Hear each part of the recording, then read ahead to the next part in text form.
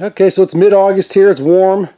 I moved into a new place that has a large driveway, and I'm just thinking ahead. I've got this snow blower. This is a Craftsman 24-inch snow blower, and the last time I used this, the snow was kind of damp and slushy, and I was having a hard time. It wasn't really throwing it very far, only 3 or 4 feet, and it was getting clogged a lot. A lot of the slushy snow was getting clogged in there. I'd have to grab the handle, stop what I'm doing, grab the handle, dig out the slush, go another 5 or 6 feet, and then it would clog. And I remember being somewhat annoyed with it at that point.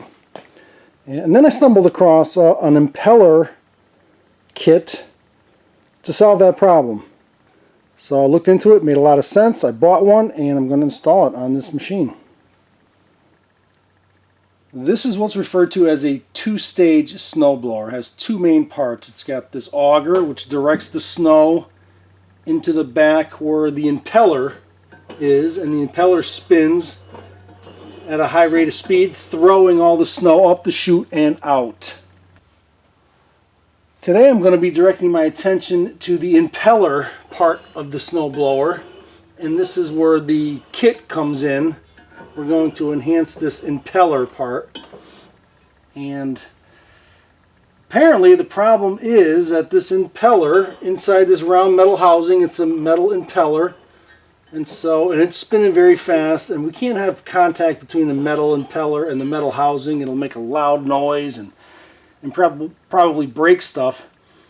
So there's a built-in gap between the impeller blades and the housing, and that's the gap that we're going to close up and make things much better.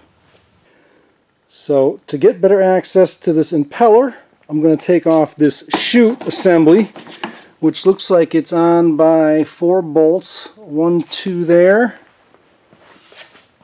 and then 1, 2 there. So I'm going to take those bolts off, and we'll get this whole chute housing out of the way, and then we can kind of work on our impeller from this angle.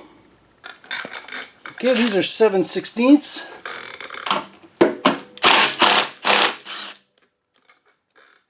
And they use a carriage bolt, so that won't spin, so that makes this kind of easy.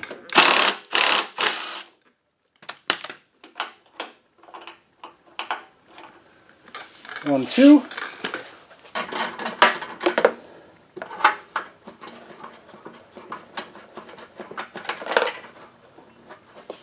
And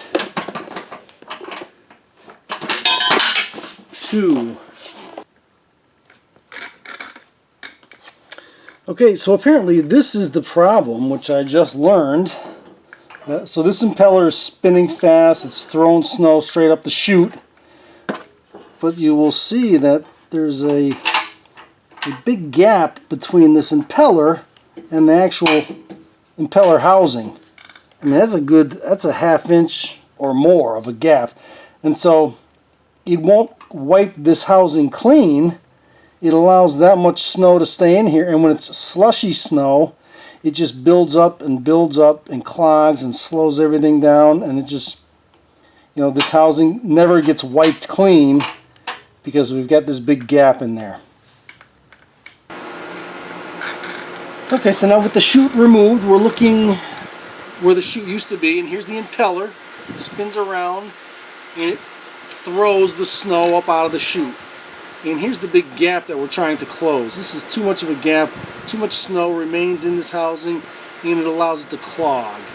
And what this kit is just 3 big 3/8 inch thick squeegees that you bolt to the impeller, and now these squeegees will wipe the housing, physically come in contact with it, and wipe it, keep it clean, keep all the snow out of it, and stop it from clogging up. And so this is a universal kit. Came with 3 of these big 3/8 inch squeegees, and obviously this is too big, so I took a box cutter, razor blade, and cut the first one down to this size, and I'm going to bolt it right. I'm going to drill 2 holes, and I'm going to bolt it right to this impeller so that we can take up this big huge gap that we have right now. With this bolted in that position there, now it'll be like wiping the housing clean on every rotation. There won't be any snow able to build up in here, and so supposedly it'll never clog, and it throws the snow even further. So that's how it works. So we need to trim these to size, drill 2 holes, and bolt them to the impeller so that they are like this. It's pretty simple, and I can see and understand how it works. So that's why I bought it, and now I'm going to drill some holes and we're going to bolt this thing in place.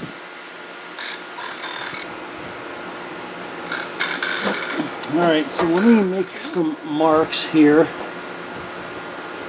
for where I'm going to put these bolts.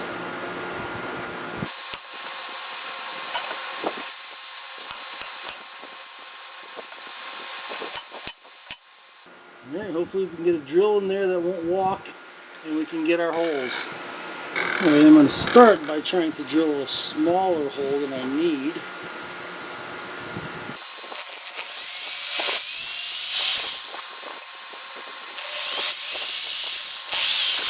Okay, I got a couple of spots started. Now I'm going to, I'm holding this with my hand. I'm going to try to wedge something in here so that I can lock this impeller so that I can really put some force down and drill those holes. Alright, so I'm just going to wedge a piece of wood under here. And so now I can really put some force on this impeller and get these holes drilled.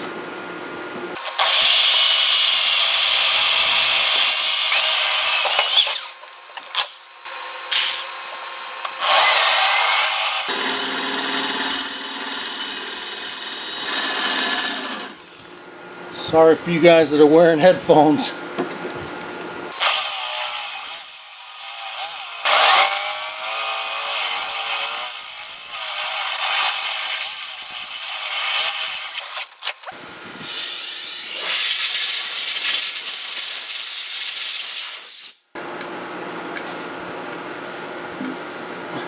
Okay, so the kit comes with a backing plate that I also cut down to the correct size, and the fasteners came with the kit as well.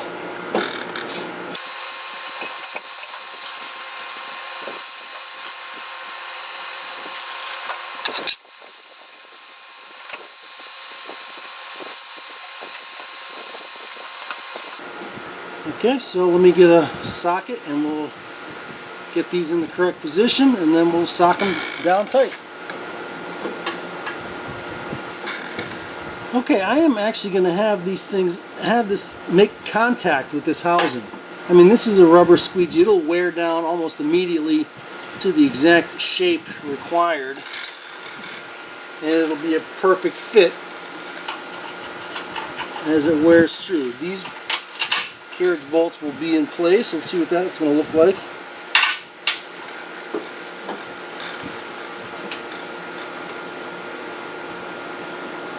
Alright, I'm going to have them even hitting these bolts, and I think before very long they're just going to wear out a little dome here and a dome, quarter dome there, and end up being a perfect fit.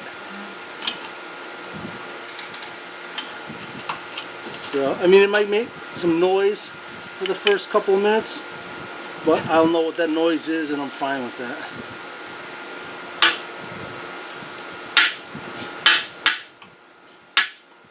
I gotta get a wrench behind here too because these things are just spinning. Alright, so I got a 1/2-inch wrench back here, a box wrench, see if I can't hold on to this thing. Okay, that's tight. That's tight, and it is making slight contact, which is what I'm looking for. It's what I want. And so I'm going to do all 3 of these the same exact way. Okay, so I got all 3 installed. 1, 2, 3, and they all touch a little bit. So now I'm going to reassemble everything, start it up, and I'm going to run this impeller and kind of break it in. Okay, I'll put this chute back on with the 4 carriage bolts. Let's secure it.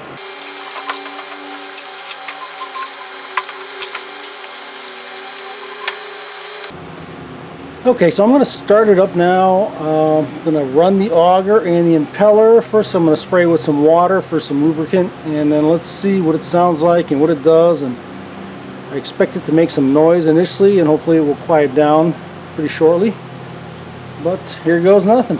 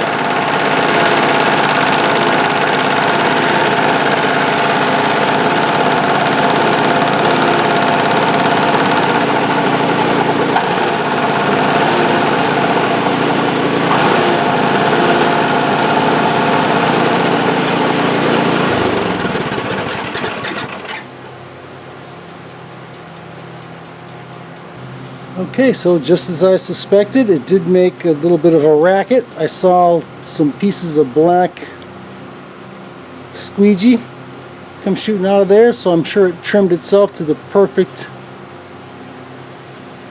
length. And now let's take a peek inside and see what they look like. Okay, so here I am looking down the chute, and there is the edge of that squeegee. It looks like those carriage bolts that hold this chute on notched their little spots, and that's probably the rubber that I saw flying out of there from those little notches. So now they will skim right over those bolts, and it looks like the corner edge has kind of worn off a little bit, and now it wipes it nice and clean. It's quiet, it's smooth, and it's good to go. And so there you have it. The Impeller enhancement kit for any two-stage snowblower. Supposed to stop it from clogging. I mean, a lot of people have done this and they all say it works perfect. So no more clogging, throws it even further, and 25 bucks and an hour or two, and you could do this to yours as well. So there you go. Until next time, thanks for watching.